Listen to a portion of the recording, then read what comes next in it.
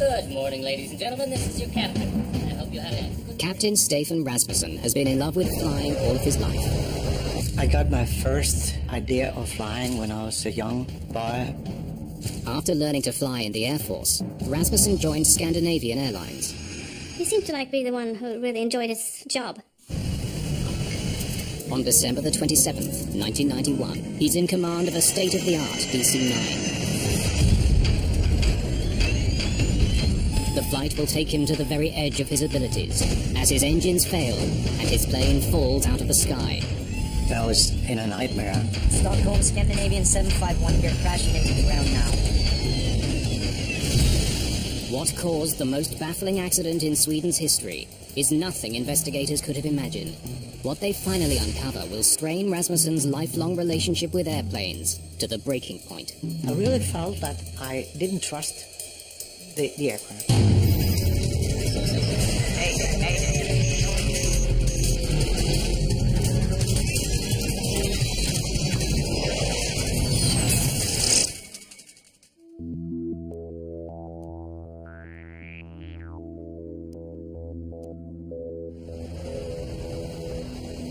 'It's 2 days after Christmas. Stockholm Arlanda Airport is a mess of snow, slush and ice.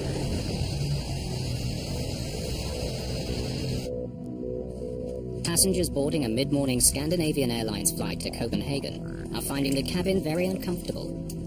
It was really warm inside the plane when we entered because there had been heaters on during night. And I saw when the passengers embarked, they also wanted to take off jackets and shoes, and because it was like a sauna.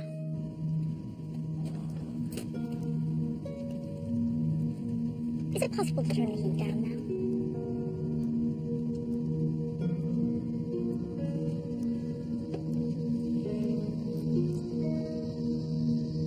"34-year-old Ulf Sedermark has been with the airline for 4 years.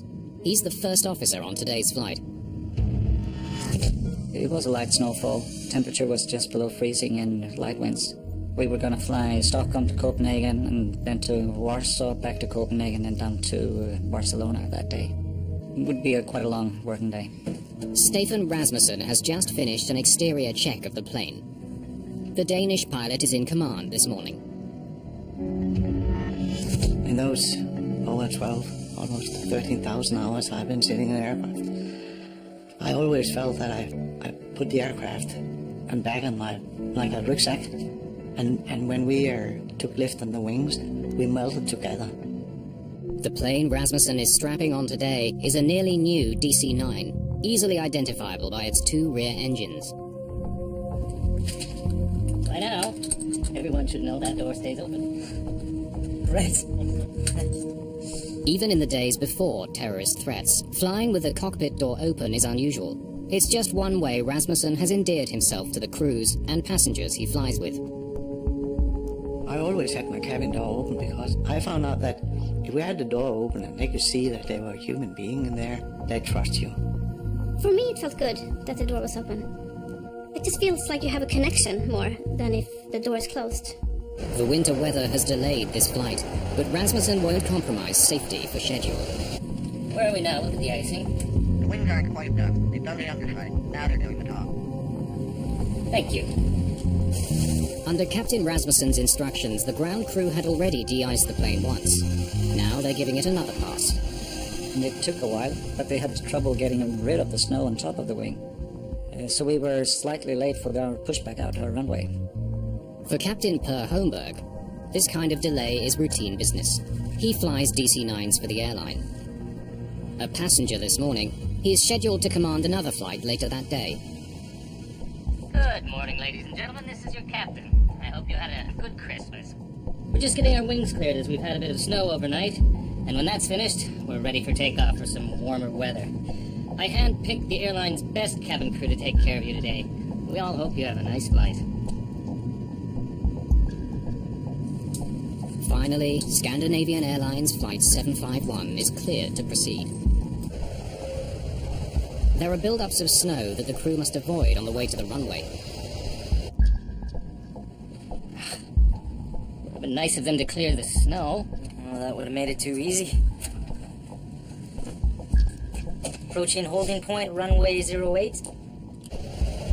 Scandinavian 751. You are cleared for takeoff from runway 08. Spoilers. Armed. Auto brake, takeoff and arms. Runway update performed. Checklist completed. Set power.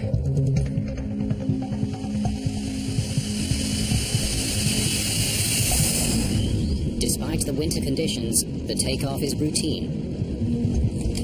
V1, rotate.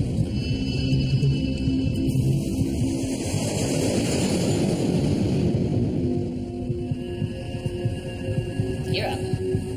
You're up, selected.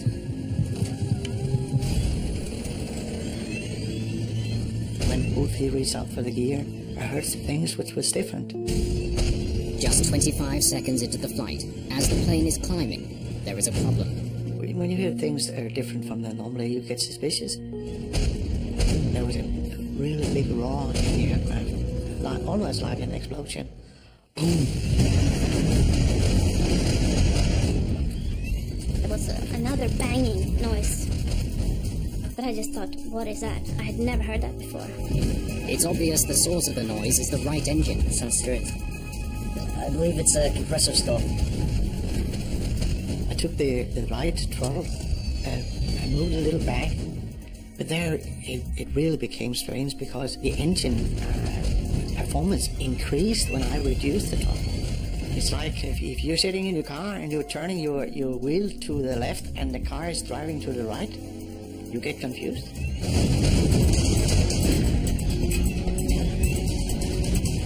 We're not supposed to like call into cockpit now. And then I thought, this is an emergency, I have to call the captain. But Captain Rasmussen doesn't respond to the call. He's too busy trying to figure out what's going wrong with his plane.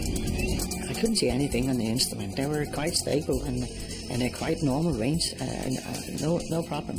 But I could hear those roaring every second. He searches for telltale signs of attack or structural failure. And I looked up at the cabin pressure, because if you have a bomb or a freight door or anything which is ripped off, that'll give a decompression. In the cabin, pressure levels are stable. But the crew has other concerns. I saw the smoke and it smelled burnt. What should we do about this? Just 3,200 feet above the ground, the emergency escalates. The right engine quits. When we have flown a little over 1 minute, the right engine just went down. I had a very, very short moment of thinking that I was in a nightmare and just dreaming. I was confused. I was really confused. 2 seconds later, the left engine also quits. The plane is now powerless. One engine dropped and then another engine dropped. I thought that it wasn't true. It wasn't true. It wasn't real. Less than a minute and a half after takeoff, the DC-9 begins falling from the sky. And after that, it was complete silence. And I think that was the worst moment for me. Just being in the air, and it's so quiet. It was like a bird just sailing through the sky. So then I started to get scared.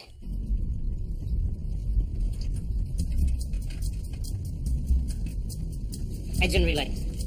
As the pilots try to restart their engines, things get even worse. The left engine erupts in flames.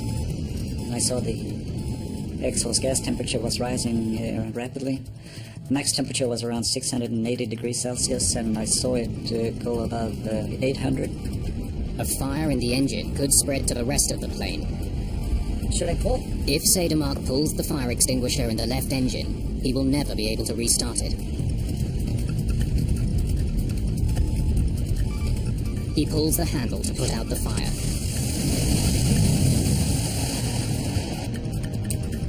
From his seat, Captain Per Holmberg can see that the crew is in trouble.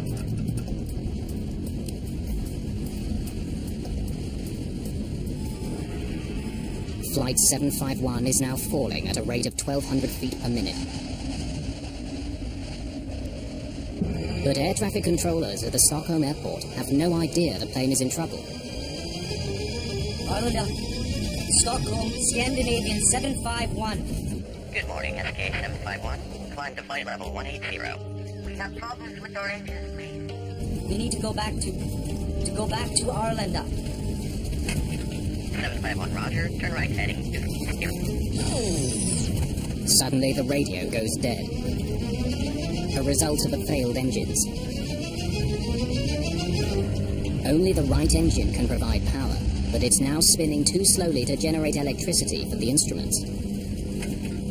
Without the engine, you don't have any propulsion, so the only energy you have is your height. With time running out, the pilots of Flight 751 must find a way to restart the right engine, or else crash into the countryside below. Scandinavian Airlines Flight 751 is now falling from the sky at 20 feet per second. How can I help?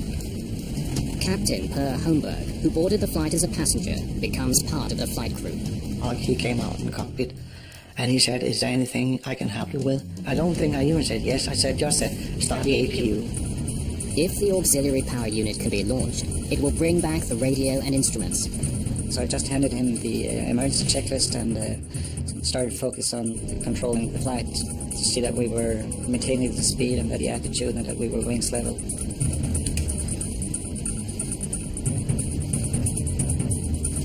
He managed to start the auxiliary power unit, so my flight instruments were supplied from that. But for some reason, Captain Rasmussen's instruments don't come back online. He managed to fly the plane basically by feet. Power is also restored to the cabin, but it's small comfort to passengers who now know they're in extreme danger.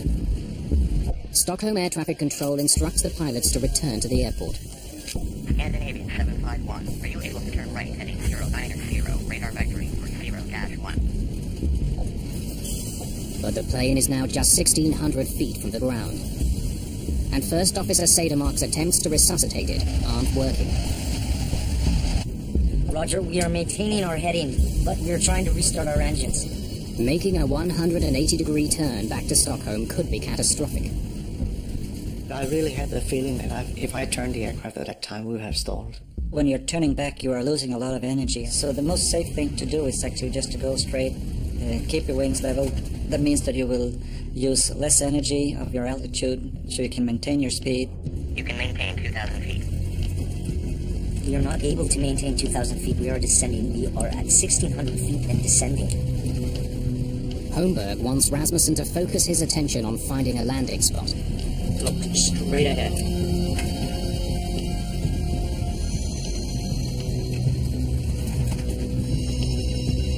Look straight ahead. He was screaming at Stefan, just look straight ahead and watch the flight path. Prepare for on-ground emergency. On-ground emergency! Bend down! Bend down! Bend down! So we shouted bend down, I don't know how many times. Bend down, bend down, bend down. Keep your seatbelts fastened. While passengers brace, Rasmussen considers where to land his plane. Look straight ahead. And I had an idea that on the northern direction could bring us out to the Baltic Sea, which was at that time frozen. And that's an excellent runway. But instead, he finds himself gliding powerlessly over a dense forest. I saw that green area and I saw that little light spot in the middle of the forest, but that really looked strong. Steer right! Steer right!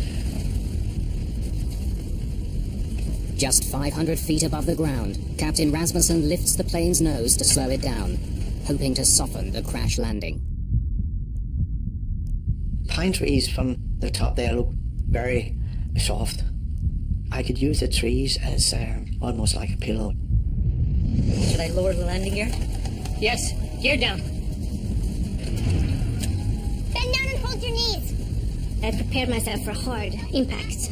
If it's an emergency landing, we have no engines. I just thought this is going to be a hard landing.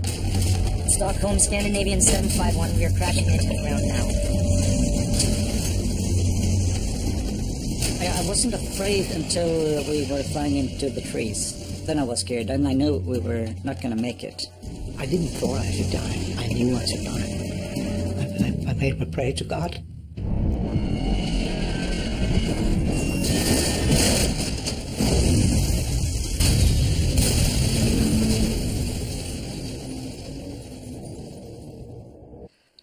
And then a moment after, we were in a strange world.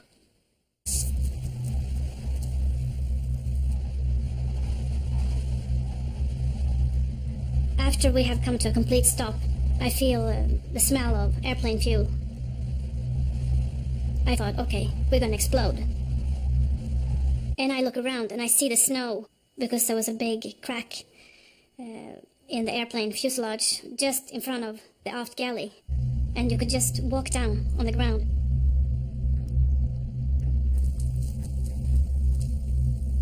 Everything was quiet, and I woke up. It might only have been a split second or so.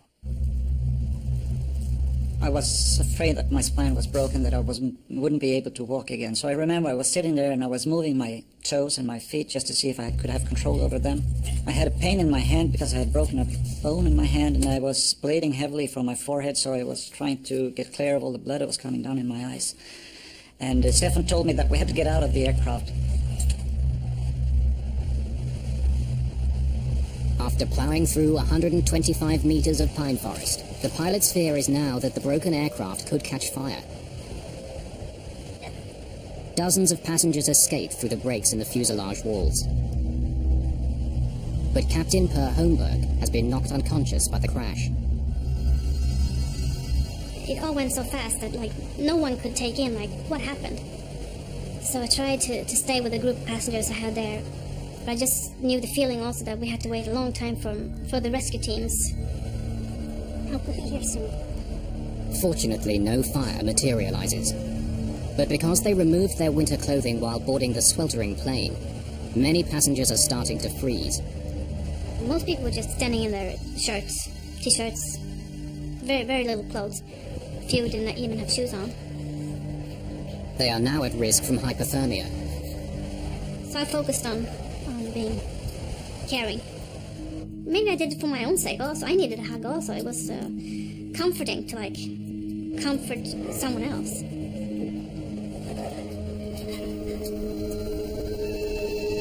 The wreckage of Scandinavian Airlines Flight 751 lies just 15 kilometers northeast of Stockholm-Arlanda Airport. The fuselage has broken into 3 pieces. In the chaos of the moment, nobody knows how many people have been killed in the crash.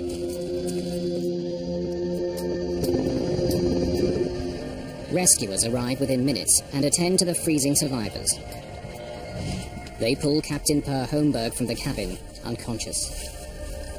He landed on the wall at impact, and he skidded down on the wall to the floor at impact, so he was quite badly damaged. He cut his eyelid, and he also got his collarbone that was broken off, so his shoulder was in front of him.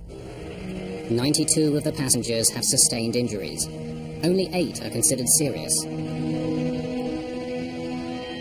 But when the crew conducts a head count, they're stunned to learn that out of the 129 people who boarded Flight 751, not a single one was killed in the crash.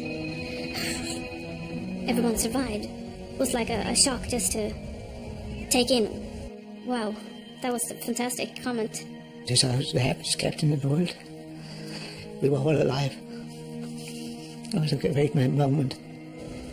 Reporters break the remarkable story to the world as the Swedish Accident Investigation Board, or SAIB, takes charge of the case. Scandinavian Airlines alerts its own investigators, dispatching Tori Hultgren to head up its team.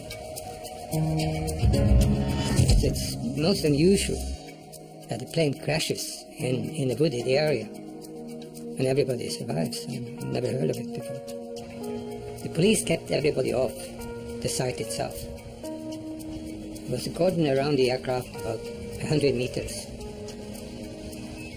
We had a complete aircraft, nothing had burnt, and we had lots of good data. Henrik Ullander from the SAIB gets to work on the evidence. And we all started to plan the documentation of the accident site, which means photographing all the fine little approach through the wood, you know, and to take photos of all the parts that were spread all over the place. The two black boxes, which record cockpit conversations and store flight data, are recovered immediately. Investigators speak to survivors. Everyone tells a similar story. Would you mind telling me what you saw and heard? Loud booming sounds from the engines moments after the flight began, smoke in the cabin, and finally the entire loss of power and an engine on fire. You have a twin-engine aircraft, and you are really not supposed to lose both engines at the same time. The Pratt & Whitney turbofan engines are sent to a Scandinavian Airlines repair shop for closer examination.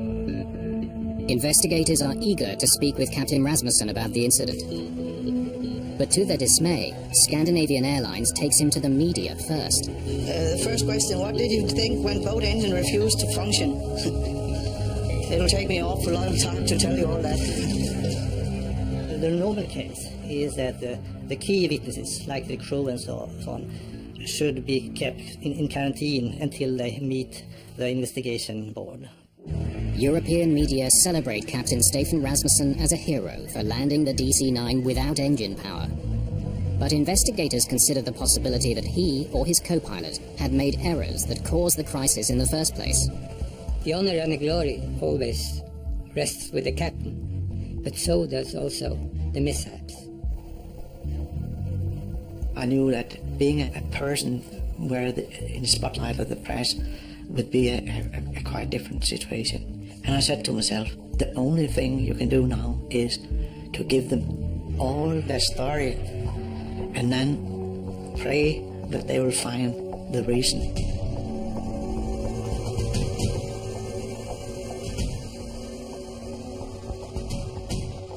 Lars Lindberg is an investigative representative for the Swedish Airlines Pilot Association. He examines the wreckage for signs of mechanical or structural failure. We knew both engines had failed for some reason, so we was concerned what was the background for something like that to happen. The first time I saw the engines in the workshop, I was surprised. Is this all they found? There was a number of parts that were completely missing, and this was something we hadn't seen before to this extent. To find out what happened, investigators must find the missing pieces, which now lies somewhere in snow-covered fields and forests. A close study of Scandinavian Airlines Flight 751's engines reveals exactly which pieces are missing. Parts of this aircraft was shedding parts from both engines. And then what you do is you go further in and you document everything and you try to find the root cause and see how it all comes together. The missing pieces could hold the key to discovering why both of the plane's engines quit within seconds of each other. But they could be anywhere along the 15-kilometer route the aircraft covered during its short flight. They must be found. Investigators use the flight data recorder to map the plane's journey and determine where engine parts may have fallen.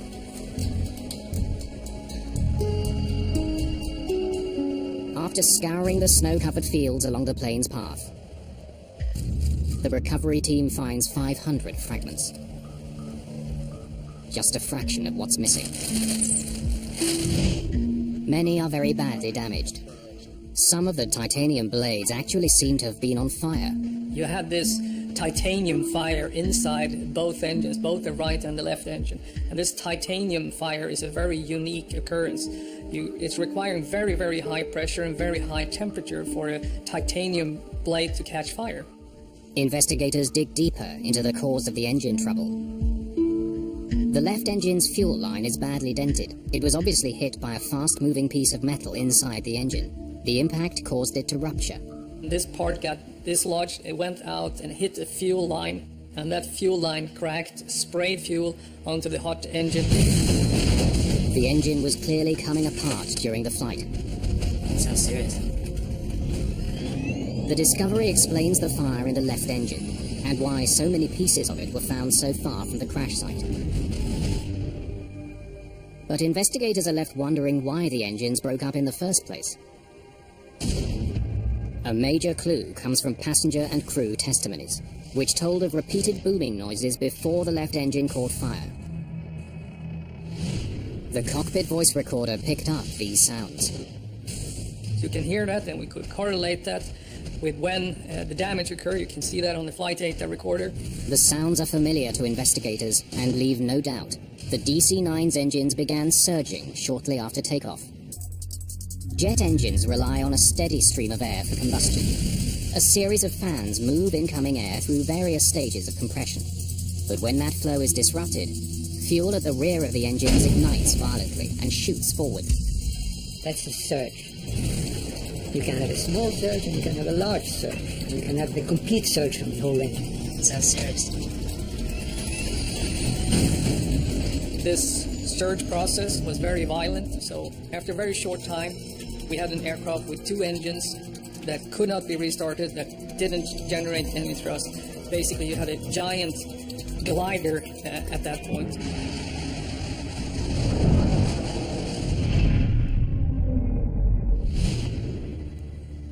A closer look at the fan blades from the front of the engines explains why they were surging. They're badly dented.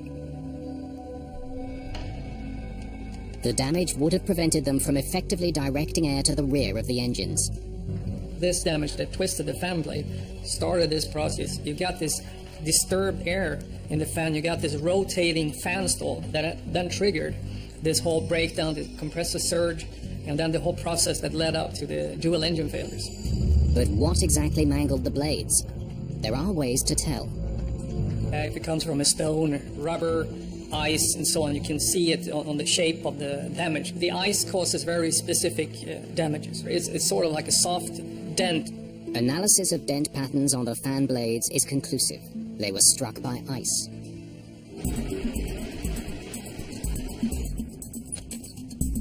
Now investigators want to find out where the ice could have come from. Weather data for the 24 hours leading up to the crash. They know Stockholm had been hit with rain and snow in the hours before Flight 751 took off. It was a situation with the temperature around 0 degrees. It was a drizzle, snow, rain in the morning. They learned that the DC-9 arrived from Zurich the night before, with the fuel tanks more than half full. They had quite a large amount of reserve fuel, or diversion fuel, in their wings. The fuel in the wing tanks were close to minus 20 degrees Celsius. The conditions that night were ideal for the formation of clear ice on the wing surface. And here you had very, very cold fuel on the top wing skin. And as the temperature dropped during the night, it went to snow and rain, and finally snow. So there was a layer cake. Ice at the bottom, slush, and snow on top. About 10 inches total on top of the wings in the morning. Responsibility for de-icing the plane ultimately falls on the captain. Rasmussen insists he was aware of the overnight build-up. Investigators wonder if the pilot did all he could to ensure his plane was completely free of ice.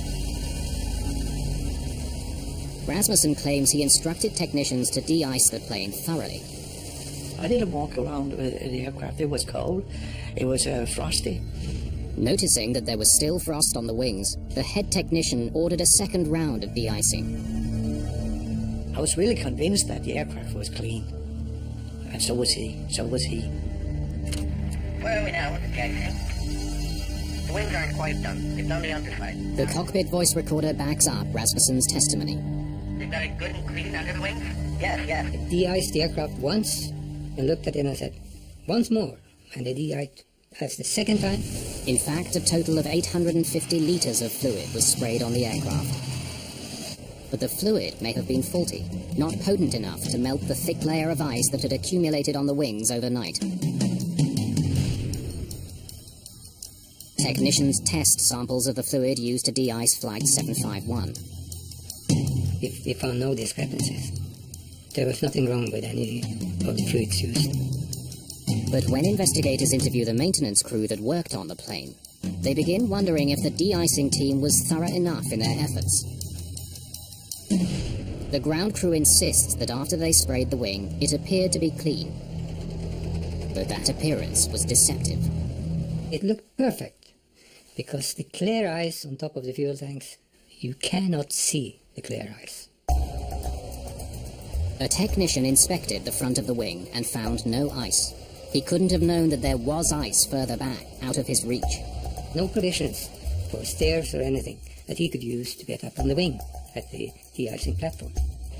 It looked shiny and nice, couldn't see any ice on it, but still there was maybe an inch of ice on top of the wing when the aircraft took off. As soon as the plane took flight, the ice became a problem.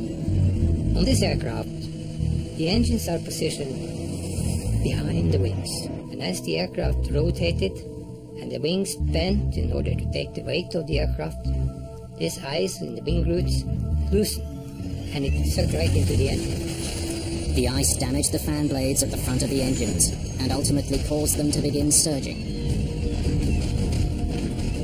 Nobody really expected this would happen, or could happen, but it did.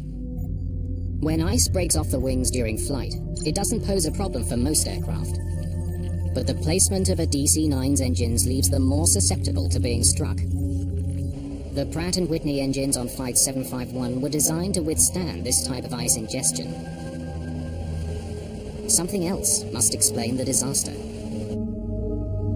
Investigators know that the wrong reaction by a pilot can make surges worse. They comb through the flight data to see what these pilots did when the emergency struck. The first thing you do when you have a surge, if you recognize it as a surge, is that you reduce power. Captain Rasmussen claims he did just that. Of course, you just pull the throttle back, and then you have the balance between the incoming fuel and incoming air. And that was actually what I did. But the flight data recorder tells a different story. Why is the engine power increasing? It clearly shows that in the moments after the surge, thrust was reduced, but then seconds later was increased to beyond full power. Yeah, it didn't add up because the RPM was increasing to 110%, and the throttle position was moving. It shouldn't be. The only thing that could move the throttles in clamp was the pilot's hand. But if Rasmussen didn't push the throttles forward, something else did. It would explain the captain's confusion as his engines began to surge. As a pilot, when you've gone through the training, you've done all your emergency training, you've been through the simulator, and now you have a system that's doing something that you don't expect, it's very confusing. Despite their relentless efforts, investigators can find no possible explanation for the increase in thrust. The frustrating part with the investigation was that we could not figure out why the system did what it did.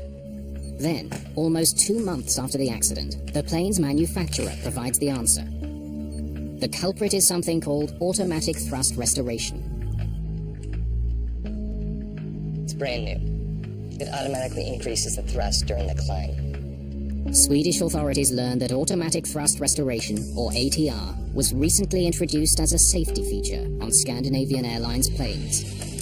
It existed because the FAA had discovered some pilots were throttling back considerably while taking off and landing to reduce noise over residential neighborhoods. The ATR was designed to make it impossible for them to throttle back to dangerous levels.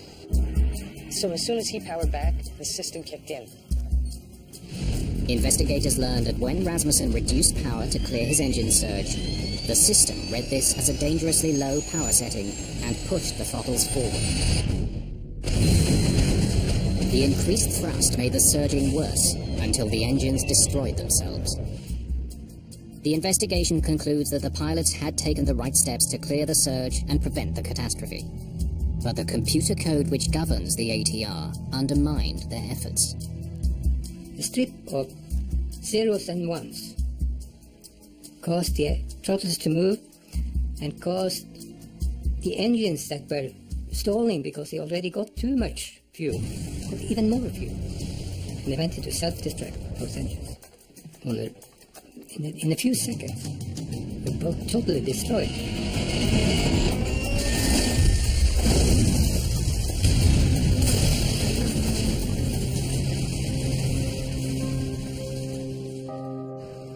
the system was so new to Scandinavian Airlines that nobody there had even heard of it.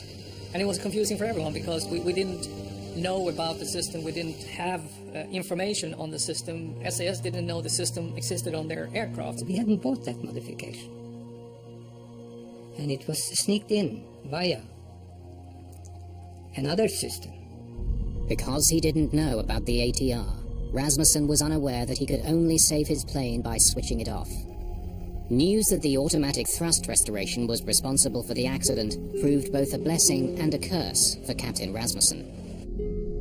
It eliminated any notion that he had made a mistake. When I got that message, I was really released. It was like winning in a lottery. It was, because I was so happy. Because then I could explain why I was in that total cone of confusion. But the fallout would ultimately destroy a love affair and end a career. On October the 20th, 1993, the Swedish Accident Investigation Board releases its report on the crash of Flight 751. It determines that the actions of Captain Rasmussen and First Officer Sedermark contributed to the safe outcome of this incident. And although investigators question Captain Per Holmberg's decision to enter the cockpit in the first place, they do praise his contribution. This crew flew until they stood still on the ground. They never gave up. They never gave up. They didn't give an inch. The investigators put much of the blame for the accident on Scandinavian Airlines, because their procedures for checking for clear ice were inadequate.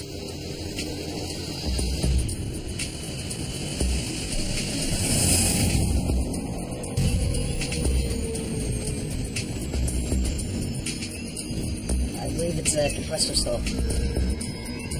The report also condemns the fact that the pilots didn't know about the automatic thrust restoration and how it would act in a surge situation. If the ATR system hadn't been there, if the trolls hadn't moved forward, there wouldn't have been an accident. It was a bit strange that we didn't have all the documentation available to us, so we knew what we could expect if something like this would happen. In the wake of the crash, Scandinavian Airlines started training its pilots how to use the ATR system.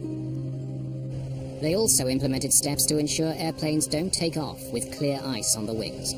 We changed all the procedures. We provided stairs for the mechanic, and we made it a requirement to go up on top of the wing and touch it with your hand to verify after de-icing. After healing from his injuries, First Officer Ulf Sedermark returned to the cockpit.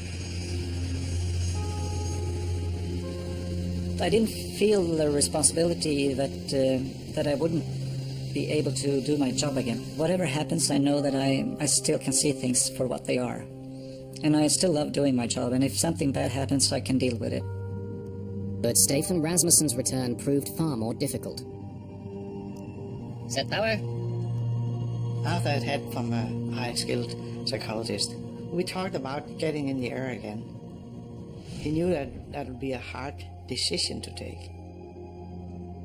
Gear up.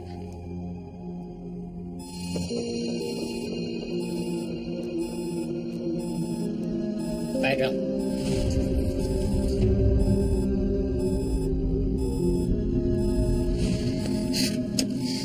After time in the simulator, Rasmussen couldn't regain confidence in his plane. Sorry, guys. In a disaster situation, in a crisis, is that you have optimized the teamwork between man and machine. I really felt that I didn't trust the aircraft.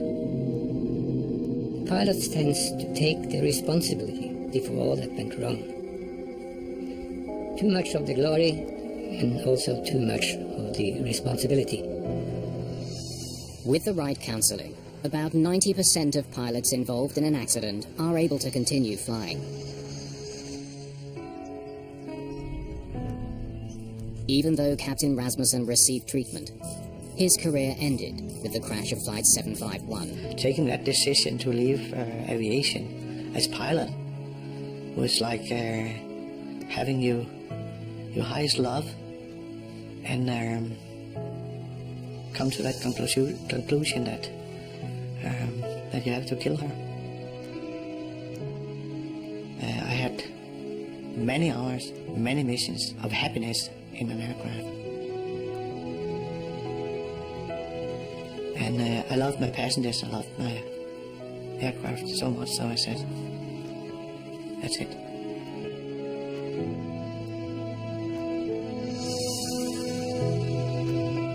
I never regretted it, never. And I think I was right. A new air crash investigation is back at the same time next week. Details coming up. Stay tuned for Cold War drama in the skies.